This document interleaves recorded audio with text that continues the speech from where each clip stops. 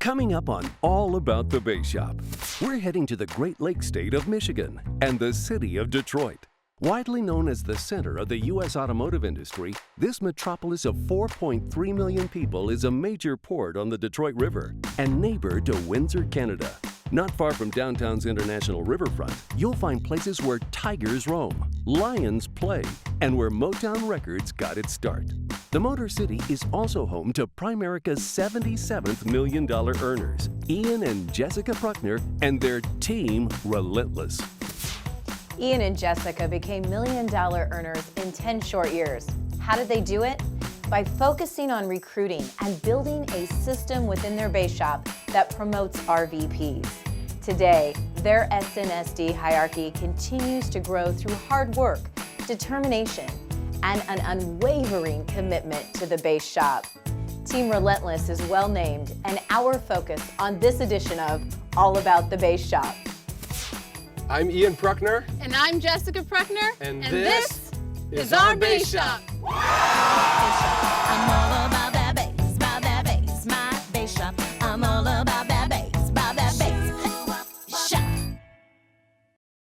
We were newly married. We were both working for a church in the area and wasn't really a job, it was more of a calling, and we really loved it. I was a music director. She ran the office and did a bunch of other things at the church, and we really enjoyed it, but we weren't making very much money, and so I was working another job teaching music lessons, and she wanted to be able to stay home and have kids, and she was making more than I was at the church. In June of 2006, we took a 10% pay cut at the church, slightly after they had hired her on out of her other job, and so we were already very tight financially, and in that moment it was just like a breaking the ice sort of moment, and we ran the bills and we were $250 a month short, and so I started looking for a third thing. I always wanted to be a stay-at-home mom, and that was a big dream, and at the time that wasn't a possibility. I can remember sifting through the big freezer tubs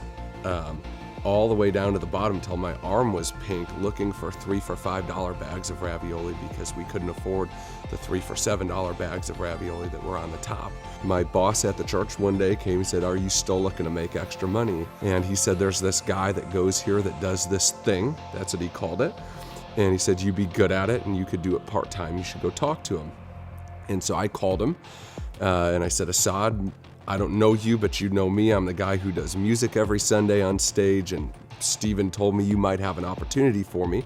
So I called her and I said, "Hey, I put $199 on the credit card to do this thing." And she said, "Oh, no, you didn't." Yeah, she said, "No, you didn't." I said, "Don't worry, I'll make it back." And I hung up. That was our start. But I made about $1,000 a month part-time, September, October, November, December of 2006, which was life-changing to us. I mean, that was major, really being like the first time in my life that I had some sort of financial control, and it felt good. He kept asking me to go to a meeting, come to a meeting, and I kept saying no.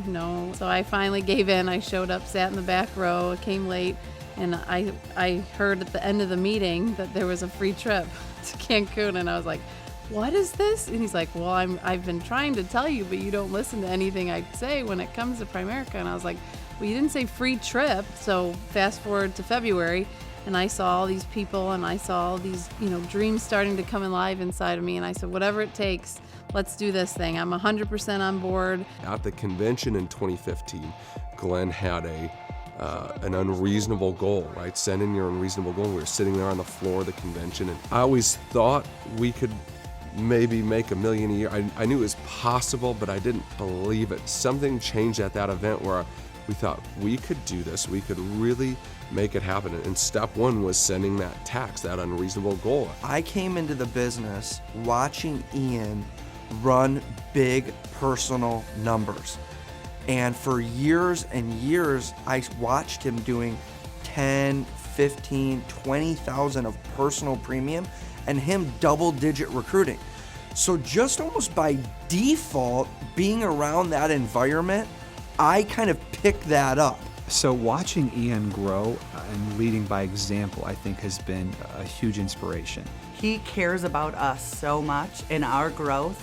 It's awesome that we pushed him to $1 million, but now all he talks about is us. What can he do to help us get to where he's at? So Mondays we start at 8 a.m. I do a conference call called The Future. And that is a group of people that we see a lot of potential in. And it's just a 15-minute call. And so what we do with them is we go through a book together every month. So they got to get a book. And I just have them talk about what they're getting from the book that week and a little bit of weekly accountability. What are you going to do this week? And so people who don't have high levels of commitment generally don't like high levels of accountability. So what I'm doing is I'm trying to kind of teach these people to get more involved in accountability by having a little bit of it and more content. By 8:15, I'm at our local coffee shop here, and I have an optional regional vice president meeting, and I'm just eating breakfast. I go there every morning, and I just let them know, hey, if you want to come and you want to get a little personal coaching, you've got some questions, I'm here, and you can come and you can ask what you want. RVPs only. At 9 o'clock, we run a full-timers meeting from 9 to 10. And that's generally different teaching, mostly on mental toughness, right thinking, numbers of the business, a lot of accountability. So here's January 07. I have 2 reps on the entire team, right? So that's all the way back at the beginning. That's me and Jess, okay? $1,500 in cash, part-time, not bad, right? Okay, $4,500 in team sales, $4,200 was personal. So interesting, because most of you come in, you see this big organization and all these people winning, and you weren't here for like when I was terrible at the business, right? Okay, some of you are like, you're still pretty terrible at the business, right? But you weren't here watching this, right? But this is what happened, and hopefully it gives you some hope that you don't need to be great right now, you just need to get busy. We look at everybody's numbers and we just focus to make sure that we're moving in the right direction and everybody's out of bed and together and moving forward, at least all the local people are. When we look at we call it our docs, all right? And this is where we call it the truth teller. It gives us an opportunity to look at our 7 days from everybody on our team on what they have. And we can really forecast what somebody's gonna do in production over those next 7 days based upon the appointments they have set. We know that if somebody has at least 20 appointments for the week, personally, we could expect a certain amount of results to come from that. So full-timers meetings on Monday morning, we make sure that those guys are holding themselves accountable to having at least 20 appointments that they're a part of. So that runs from 9 to 10. At 10 o'clock, we do a QBI meeting. We do regional vice presidents first with all our admins, and we're looking at, the 4 components of QBI. We're looking at their submit counts, their place counts, their not takens, their lapses. We're looking for trends. We're making sure that people are knowing what their goals are, what they need to be aiming for to improve their 17-month total, and then we're accountable to it, and we'll ask them tough questions like, why is this happening? What's happening here? And we're looking at everything in the funnel and just making sure that we're not losing anything to just mismanagement or not paying attention. Tuesday, we start at 8:20 a.m. with a part-timers conference call. So this is a call, it's limited to 15 people.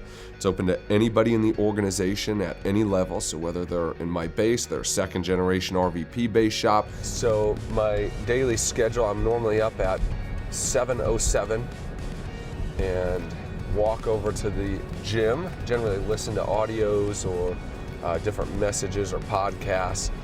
Sometimes I answer emails, do different things that morning, and then I'm back in after 30 minutes, shower, get ready.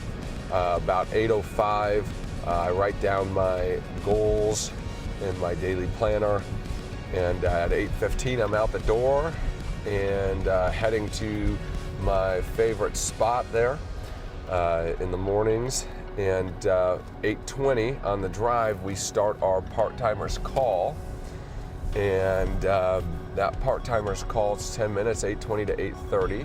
And so they have to be nominated to be on the call by their regional vice president. And this is somebody who is really running at becoming full-time. So they're committed, they're coming to everything, they're coachable. They are trained, so they're out independently in the field. And so every weekday, Tuesday through Friday, 8:20 to 8:30, 10 minutes. And so 5 minutes of a nugget and 5 minutes accountability. What are you closing today? How many did you set? And we have a couple requirements for them to stay on the call. They've got to set 2 appointments minimum every single day. They need to be on all the calls. They get 1 miss for free, second miss, they're out. And so every morning I'm getting a little touch on them to be able to teach them rapidly the skill set of the business, to be able to go full-time quickly. At 8:30, Tuesday through Friday, we have a full-timers conference call, 8:30 to 9. Half of it is teaching, motivation, inspiration, practical things, whatever I feel like we need to hear as an organization. Just little course corrections, right? If people are having trouble closing, we'll teach on closing. If their activity is down, we'll teach on activity. Whatever it is that we feel like the organization needs to hear. So we're about to start our full-timers call. We do it on a call because people's mornings get eaten up with travel time into the office. Everybody's going in a different direction. We have a lot of people in different states that can't come to a meeting. And so we want it to be just a quick shot of power. They're up, they're out of bed, they're thinking about their goals, they're prepared for the day, and that they're on and that there's some routine every day. All right. Good morning, everybody. Thanks for being on time and being on. We got a phenomenal call for you this morning. Very, very excited about the momentum that we have right now. What I want to hear from you guys this morning, I need to know what you are closing today, number 1. Number 2, is where will you have your docs? How many appointments are you going to be at for the next 7 days as of tomorrow? Where are you going to fight those up to? Number 3, I need to know how many are you going to have out on your team tomorrow night for training? And let's go ahead and get started with our activity leader. Let's go ahead and start with Greg Lambrecht. Greg, go ahead. Hey Ian. So my numbers for the day, I'm closing 2 by 2. I'll have 10 out at the meeting this week. My rolling 7 docs will be at 30, and I've got 2 more Super Saturday tickets to sell. When I first looked at Primerica, one of the things that I knew right away that Ian had put systems in place and that I could use those systems to build my organization. And the phone calls are an integral part of that. It allows us to maintain our integrity on our activity. It allows us to be encouraged. Sometimes when you're in the depths of Primerica, we all go through seasons in Primerica where we're struggling, we're down, and the phone calls are like oxygen during those times. They keep us accountable, they keep us encouraged. There might be a little nugget that you specifically needed to hear that day. We built the company with part-timers, but they're run by full-timers, and as the full-timers go, so does everybody else go. So we want to make sure that those people are thinking right and working right. So 15 minutes of teaching, 15 minutes of accountability. At that point, I've arrived at the local coffee shop. I generally do those calls in my car, and I have a half an hour to myself where I'm doing planning, emails, working on presentations, whatever it is that we need to be doing for that week. And then at 9:30 Tuesday through Friday at the coffee shop, I have what's called a Madman group, and that Madman group is a group of full-timers that are really these are the best of the best. We've got a group of full-time leaders and VPs that are making money, that have reasonable sized base shops, and some of those won't plug into that group because they've got it going on. They know what they're doing. They don't need to be sat in a meeting and taught. They're running a base shop, they're developing leaders, they're promoting their own RVPs, they're making good money. And so those guys don't really plug into that, but it's our up and coming. So a few RVPs, but mostly regional leaders that want to be in a group where they have some hardcore accountability. If you want to grow your attendance, you must grow your recruiting. End of story. You're not going to grow your attendance if your recruiting isn't growing over last month, right? It's going to stay the same. Our business is a business of numbers and ratios, right? And in our organization, you're going to have about the amount of people you recruit in a month showing up to a meeting. That's just how the numbers work, right? So if your recruiting goes up, your attendance is going to go up. Your recruiting goes down, your attendance is going to go down. I wanted to get some coaching on getting in-market people to meetings when their situation is they work 2 to 10, Monday through Friday, and they have 2 toddlers. Okay. You got one thing that's a non-issue, which is the 2 toddlers, and then you have something that I would consider to be not an objection, but a condition. Yep. So I have a job at which I'm required to be during these times, right? Yep. Okay, so now you need to make a decision as a leader. Is this person willing to invest in temporarily, even though they can't plug into the process? Yes. 10:30 a.m. I'm done, and normally I will. I'll have some more stuff to do, finishing up the decks, communicating out to the team, reading is generally what I do during that period of time as well. And then normally I'll have a lunch like 11:30, 11:45 with one of our people, and by 1 o'clock I'm back home. And so unless it's a meeting night, normally I'm done for the day at that point, and spending time with the kids and with Jess. Tuesday nights, we have our op night. Most of our recruiting is kneecap to kneecap, so we use the op night as basically a second look for people who have already joined, who want to get a bigger view, a 30,000-foot view of the company. So in our main training room, we'll have an op night, and that will range somewhere between generally 40 and 80 people on that op night, and these are first-time attendees and their uplines that brought them. When you walk into this place, if you've had a bad day, you can't help but leave it outside. Instantly you see when they come in, they're kind of in shock, but it really doesn't take long for them to get comfortable with all the high fives that go on, the music, the excitement. It's just, all the smiles here is just wonderful, and I really think that it changes their tone on what they think it's gonna happen at the op meeting. So this is kind of a little cliche saying. It says people don't plan to fail, they fail to plan. Nobody wakes up one day and says, hey, I want to be, up to my eyeballs in debt, right? If something was to happen to me prematurely, I want my family to suffer financially. Here's you. So you've got your bank accounts, your life insurance guy, your mortgage guy, your credit cards, your loans, mutual funds, savings accounts, your retirement savings programs through work. So what's so powerful about Primerica is that we're going to come together to create a financial needs analysis, which is a customized, confidential, and complementary program that helps people achieve their goals and their dreams in all those different areas. For some people, when they come into the business, maybe some of you fall into the category of it'd be really nice to have a little bit of extra money for vacation or to pay down some debt, right? Maybe some side money to really splurge on my kids at Christmas. Maybe those are your thoughts or dreams here, and there's definitely a place for that here. So the key to this is that you're consistent, okay, and you follow the system. And there's no better example of a successful system than Ian's Op Night training classes. These classes are conducted at the same time as the op meeting. We found that with different levels of people that came in, they didn't really understand what to teach the new recruits. So Ian developed a class system from 101 to 501. They're all 6 weeks long, and they all run simultaneous. So there's 5 different classes, and the idea behind it is we want to make sure that there's something, a process, a system that new people can plug into right away. They come to the op night, they sit in the op night for their first exposure, and then right away they're into a 101.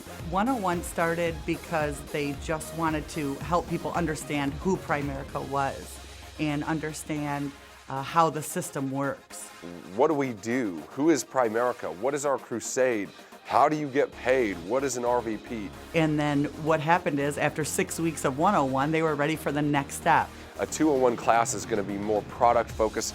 Our kitchen table, our recruiting presentation, how our life insurance works, how to close, overcoming objections. And as they learned that, then we went to 301 and they learned about QBI and quality of business and how to make sure that people's medicals were getting done and just, your follow-up business. More sales processes, more training people, the importance of meetings. And then 401 is growth, annuities, things that leadership roles take on as you grow your business.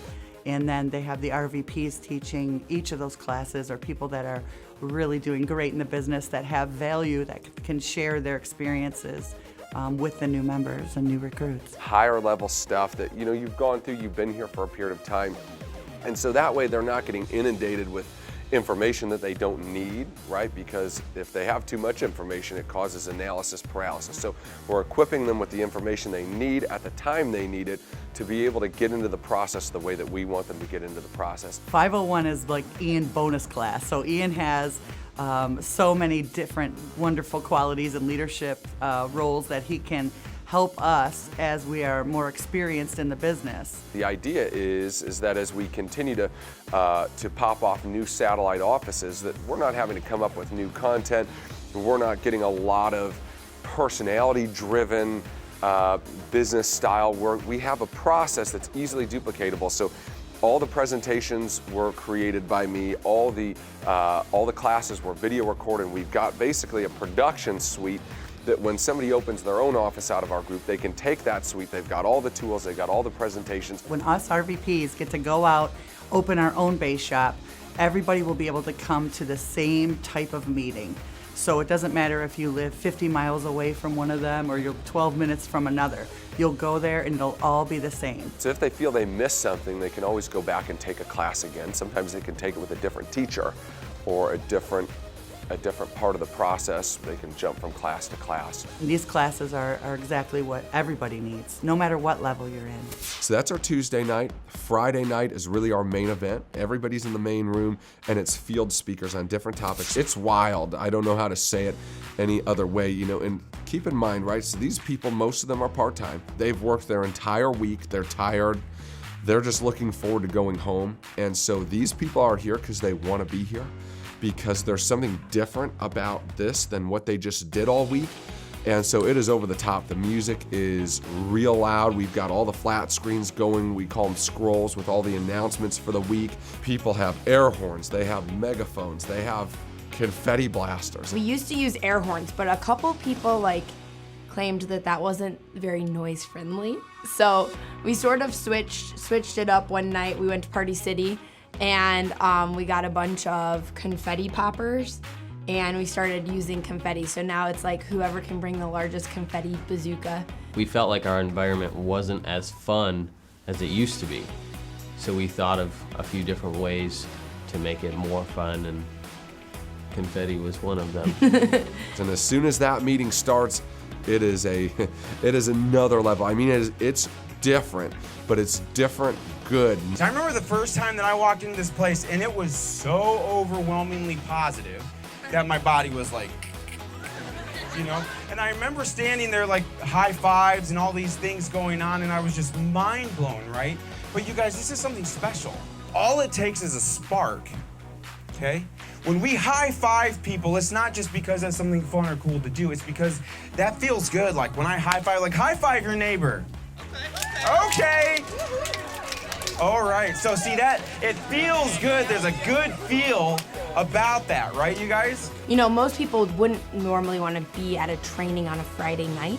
And so I think the majority of people, if you ask them, they love coming to training here on Friday night because it's just super exciting. We get volunteers from our team and different teams to help us run the meetings so they take ownership in their business. Ian he has set up basically topics that every Friday night training has. So the topics, the general categories don't really change, but the specific topic does kind of rotate. Every Friday night training, we have somebody talking on the crusade, somebody talking on the dream, somebody talking on products, and somebody talking on sales process, somebody talking on recruiting. You talk about an opportunity. You're a company right now that's absolutely dominating the financial services industry, and things are just getting started. I don't think you guys really realize the opportunity that you have. You need to lead with recruiting. I would not waste my life in friction when it could be turned into momentum. The difference between my Primerica and your Primerica is that you're stuck in friction right now. It may be the friction of, I don't know quite what to do. You haven't developed your skill set. It might be, more often than not, a mindset friction, right? But you can turn that friction into momentum. You just have to learn how to do it, right? You just have to take what's holding you back and you have to turn it around on itself, and that's how you start to win. Mental toughness is going home to your spouse after a hard day in Primerica and being good to your spouse. Mental toughness is having things going on in your life and coming to Friday night training and leaving all of your problems at that door, putting on a smile, because there's a new person here that's gonna ask you, and if you got a bad attitude, you could change the whole rest of their business. And then we do recognition every week. We do something called the Stud Award, which is the person who had the most personal production recruiting, times premium, basically builders premium that we use for the contest, personal, and that person gets a big gigantic stud trophy. They get to go around the room as a hero. You never know what you're gonna get, and people want to be a part of that. They just don't know what's gonna happen tonight. That's gonna be fun and exciting. So that's kind of our environment. After a full week of office activities, the weekend is a great time for team building and partnership activities. Today we have some of the RVP partners here in our house. They're going to come over, and we get together often to plan events for Relentless. So today we're coming together, we're going to have some fun time planning all the things that we do together, because partnership is so important.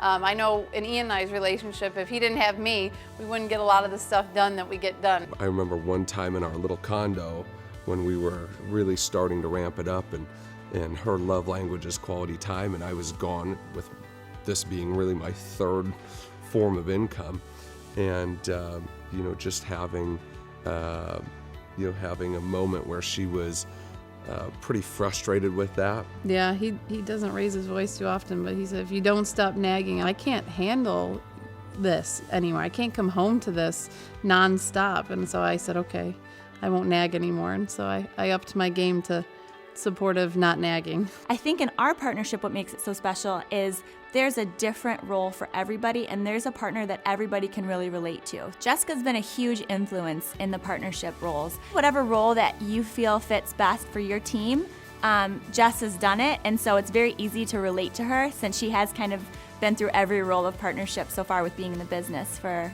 about 10 years now. Your partnership in Primerica goes through seasons. We're in a season where we need Charlene here a little bit more at the Base Shop, participating in Tuesdays and Friday nights, so she's here for that a little bit more right now. There may be another season when maybe she's not so involved in.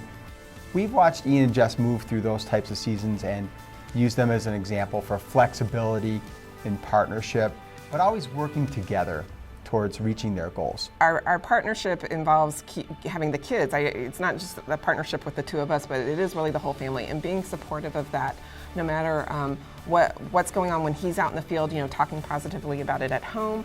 And Jessica has been a great role model for me for that as well. And so we really encourage partnership here in our hierarchy, and so we come together and we plan fun events to help tie in new partners, and then to get partners involved that may be unsure of where their role is, and so that's some of the fun we have together, and we have some of the best partners around.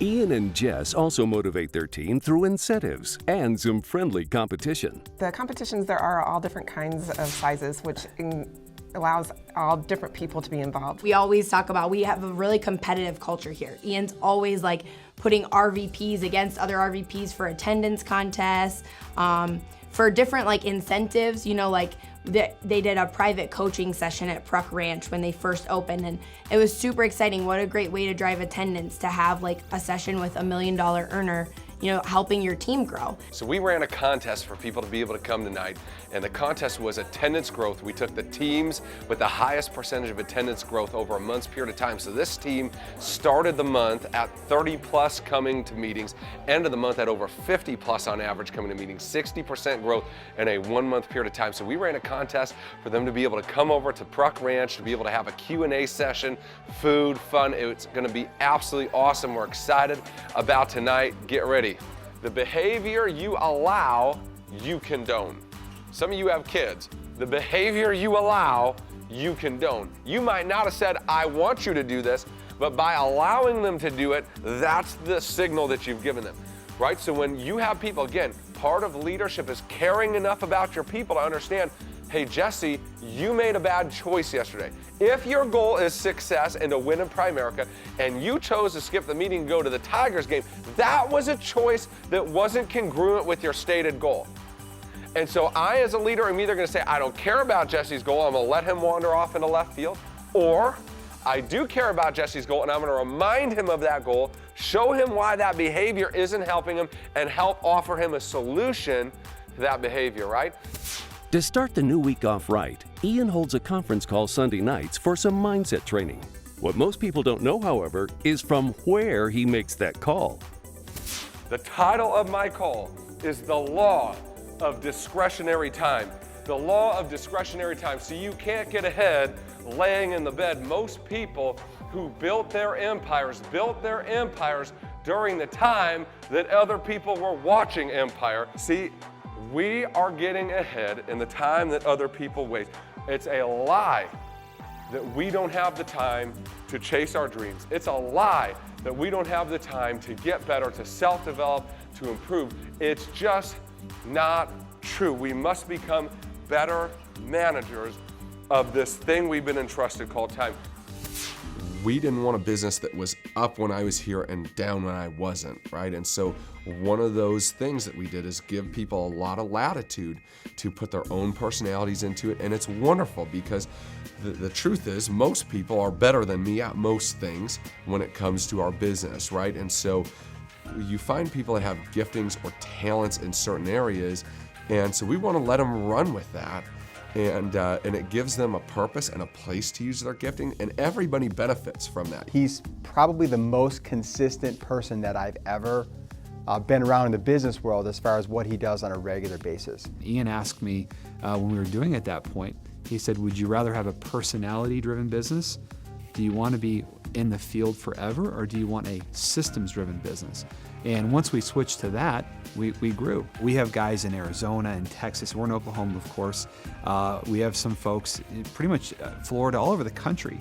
And it makes their life easier. You can have a horrible day at home or at your job, and then when you walk into this place and you see the excitement, the energy level, the people here, you can't help but forget about your bad day and start anew, and you just walk out of here so excited. You take that home with you, and it's infectious to your family and to, you know, the other people in your life. It's really amazing. The freedom of time is something that I'm so thankful. We don't have to go through rush hour traffic or just the little things that I'm so thankful for that we don't have to experience because of the life Primerica gives us here. It's not about the money, it's about the freedom and the opportunities that you have, you know, because of that, like Jess said, not having to make choices based on lack or on your budget, but being able to make the choices that are right for you and for your family, and to be able to do the things that you want to be able to do and go after your dreams. We're able to pour into our kids and to teach them and to raise them up in the way they should go and the way that we think they should go, and we never miss a moment with them. And it's incredible because they're going to be incredible human beings. At some point, you know, there are two sorts of people in life. There's takers and givers, and they're going to be givers. If we keep doing this thing, the more people we can reach that were like us, that gave us an opportunity, the more people we can help as clients, the more people, you know, we can help them reach their dreams. You know, it's great that we got, you know, to 1 million as Ian and Jessica Prukner with Relentless behind us, but we want to see our team getting there. We want to see their kids growing up like our kids are growing up. And so I think that's the big dream, is just seeing not only our kids, but our kids involved with us in helping others achieve their dreams like we've been able to. The most exciting part about Ian and Jess's team is their future. This is a young base shop fueled by energy, commitment, and incredible vision. That's why this is a team to watch. If you want to see more of Team Relentless, their meetings, Ian's training, and Jess's partnership organization, just click on the appropriate link under All About the Base Shop. I'm Julie Seaman. Thanks for watching. What is your position here? I'm one of Ian's office managers. Ian is a closet foodie. He's obsessed with food. He eats constantly. And what about people in the office? Are they able to eat here too? Ian has enforced a strict no food policy to protect the carpets. We understand. We are here all day though, so we do find ways around that rule. All right, who's hungry? Let's go eat.